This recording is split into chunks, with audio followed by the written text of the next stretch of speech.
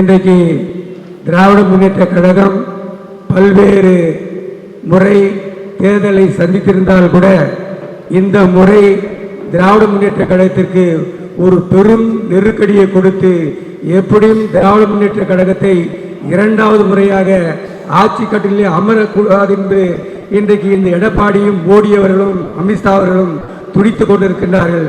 அருமை நண்பர்களே, ஒன்றை மட்டும் சொல்லிக்கொள்ள ஆசைப்படுகிறேன்.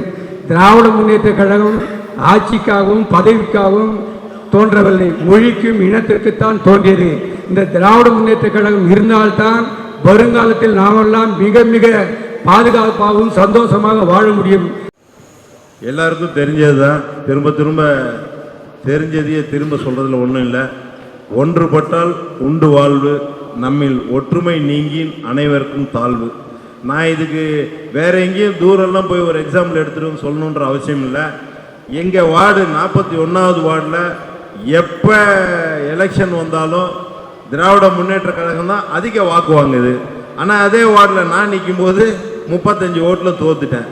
இது எதுக்கு சொல்ல வரேன்னா, நமக்குள்ள எவ்வளோ கருத்து வேறுபாடுகள் இருந்தாலும் மனமாச்சரியங்கள் இருந்தாலும் தேர்தல் என்று வந்தால் நாம் அனைவரும் திராவிட முன்னேற்ற கழகத்திற்கும் அன்பு தலைவர் தளபதிக்கும் அந்த உதயசூரியன் சின்னத்திற்கும் கட்டுப்பட்டு நாம் ஒற்றுமையாக இருந்து செயல்பட வேண்டும் என்பதை உங்களுக்கு தெளிவுபடுத்துவதற்காகத்தான் இந்த எடுத்துக்காட்டு சொன்னேன். இந்த கூட்டத்தினுடைய நோக்கம் நாம் எவ்வாறு வர இருக்கக்கூடிய தேர்தலை எதிர்கொள்வது. இன்றைக்கு ஆரியத்திற்கும் திராவிடத்திற்குமான ஒரு மிகப்பெரிய போர்.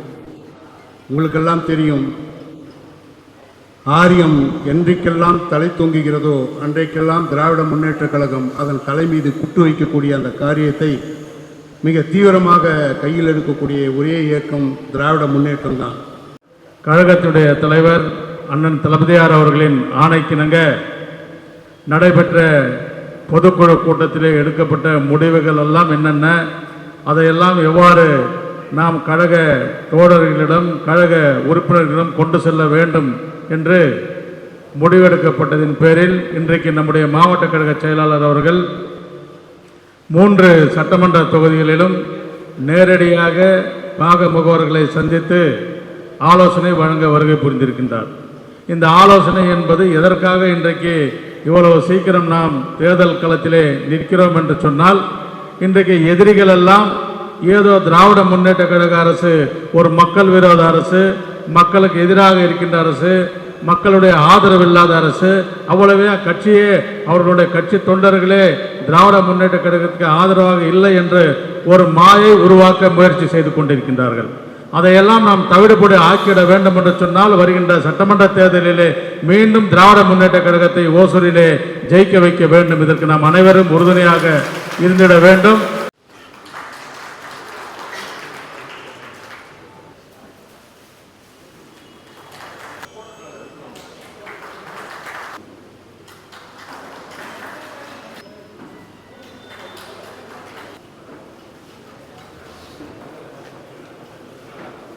நேற்று வேப்பனப்பள்ளி தொகுதி முழுமையாக 5 ஒன்றியத்திலும் இந்த கூட்டத்தை முடித்திருக்கிறோம். இன்னைக்கு அதே போல் ஓசூர்லேயும் 4 பாகத்திலையும் 4 கூட்டங்களும், ஒன்றியத்தில் ஒரு கூட்டம், இன்னைக்கு 5 கூட்டம் நடத்த இருக்கிறோம். முக்கியமான சப்ஜெக்ட், ஏன்னா தேர்தல் நேரம் ஒரு 10 மாசத்துல தேர்தல் வருது. அந்த 10 மாசத்துல தேர்தல் வரக்கூடிய காரணத்தினால எப்பவுமே ஞாயிற்றுக்கிழமை கூட தேட முடியாது. சில நேரத்தில் எல்லா நாள்லையும் சில கூட்டங்களை நடத்த வேண்டிய சூழ்நிலை வந்துடும். ஏன்னா தலைமை ஒரு நாள் 2 நாளில் நடத்த வேண்டும் என்று கட்டளையிடும்போது ஒன்றும் செய்யறதுக்காக. அதனால நம்ம எல்லாத்துக்கும் தயாராக இருக்கணும். ஆகவே இந்த பகுதியை பொறுத்தவரையில் 55 வாக்குச்சாவடிகள் இருக்கு. அந்த 55 வாக்குச்சாவடிகளுக்கு 12 பேர் பொறுப்பாளர் போட்டிருக்கிறோம். 55 பேர் BLA2 போட்டிருக்கிறோம். கிட்டத்தட்ட 500 பேர், 500க்கும் மேற்பட்டவங்களை BLC போட்டிருக்கிறோம். ஆக மொத்தம் ஒரு 600 பேர் இருக்கணும். 600 பேர் இருக்கிற இடத்துல என்ன இன்னொன்று முக்கியமான சப்ஜெக்ட்னா,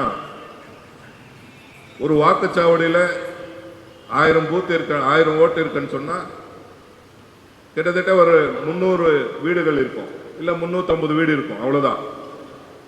சில பூத்துல எல்லாம் கம்மி தான் இருக்கு. இப்போ 300 ஓட்டு கூட இருக்கு, 400 ஓட்டு இருக்கு, 500 ஓட்டு இருக்கு, 600 ஓட்டு இருக்கு. அந்த மாதிரி இருக்கிற பூத்துல எல்லாம் நமக்கு வீடு கம்மி இருக்கு. நீங்க ஒரு நாளைக்கு ஒரு 10 வீடு, இந்த BLA to BLC 10 வீடு, நிறைய பேர் போக வேண்டாம். அது ஏதோ பெரிய கூட்டமாக போறதெல்லாம் தேவையில்லை. ஒரு 5 பேர் 6 பேர் 7 பேர் அந்த BLCயும் BL2 அதில் 1-2 பேர் வராமல் இருக்கலாம். இல்லை அங்கே வார்டு செயலாளர் இருப்பார், இல்லை இந்த கட்சி நிர்வாகிங்க இருப்பாங்க, கவுன்சிலர் இருப்பாங்க, வார்டு செயலாளர் இருப்பாங்க. இவங்களெல்லாம் கூட்டுக்குங்க. அந்த பூத்தில் யார் இருந்தாலும் சரி அவங்களெல்லாம் முக்கியமானவங்க கூட்டிட்டு ஒரு நாளைக்கு ஒரு 10 வீடு, அதிகமான வீடு தேவையில்லை.